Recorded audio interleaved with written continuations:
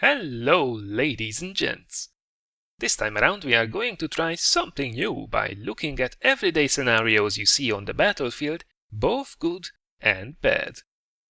The aim is to have fun, obviously, while also hopefully getting rid of some basic mistakes and learning a few handy strategies. If you are looking for an overview on basic tank driving and map reading skills, I highly recommend having a look at some of my previous videos. I put the links in the description below. Otherwise, we are good to go with our brand new sidekicks, as apparently I have way too much free time on my hands, Evil Hellcat and St. Luchs. The first scenario is about adapting, and it's something that will be familiar to many of you. In fact, that's actually me in the Crusader from not so long ago. We are in our light tank, and I've decided to occupy a cheeky spot on top of the hill on C3, from where I will be able to provide good vision on a very good chunk of the map. As usual, our front line is expected to be behind us on the ridge line over on B4-A5, providing cover fire and holding off the enemy attack from this side of the map. Now, reaching about this area is the first time when we have to make a decision. Will we stick to our original plan, or do we stay here?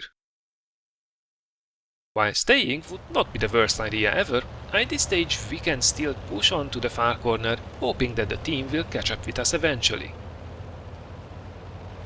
However, right about now it is very clear that everyone who came down this way stopped a while back to look at the nice and shiny T-34 in the middle of the map, and has absolutely no intention of continuing their push. Now, we could still have a quick spot from the top of the hill, but we should get back right away into a more defensible position, where the team can actually make use of our spots and also, by the way, keep us safe too. Otherwise, our fate is inevitable, as the enemy team sooner or later realizes the lack of resistance. Nope, shut up, Hellcat. This one's absolutely on us. We have to react to our team's positioning and try to make the best of it. Sticking to the usual routine that mostly works will just make us look silly and useless when it's not.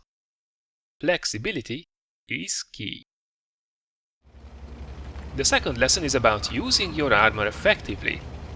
Now, this time around we made it up to the top of the hill on Himmelsdorf in an encounter battle, and we are a top tier IS-3. Om nom nom nom. However, we have very limited support and there is heavy opposition on the other side, so we will have to tank them hard. Now, how would you take on the enemy in this scenario? That's right. Pushing hard would be a very bad idea. As soon as we would be down to a reasonably low health, the enemy would just probably push and absolutely roll through us. We can, however, use our fantastic armor to protect our health and start working on them this way. The IS-3 is the strongest when it's facing the opposition dead-on while hiding its lower plates behind the trouble, or by side-scraping around the corner, only giving them its tracks and heavily spaced side armor. I will keep on switching between both tactics during this replay. Just look at the amount of bounces we are able to pull off. The third scenario is about realizing that just because you can flank the enemy, it's not necessarily the right thing to do. We are on the top of the hill on Malinovka this time, and our friend in the KV-85 realized that he can actually come up behind the enemy tanks who have pushed all the way to the top.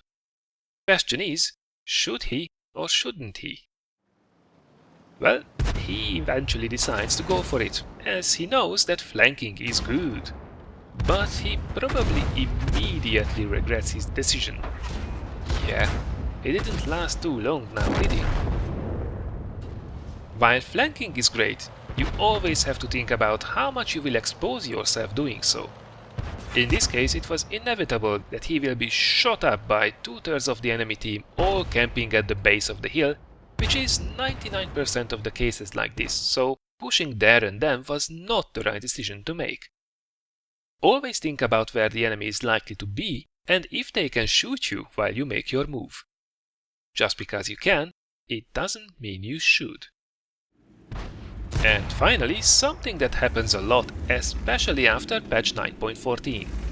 You take your eyes off the team for a second and in a blink of an eye someone manages to get stuck on the terrain or successfully flip their tank. You take a deep breath and what do?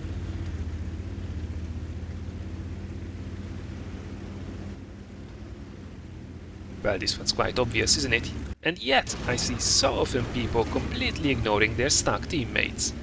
You have to realize though, in exchange for a few seconds of your time, you have one additional gun that can shred the enemy, and also an additional tank that the enemy can shoot instead of you. So, if you don't want to help just to be nice, do it because it's in your own best interest.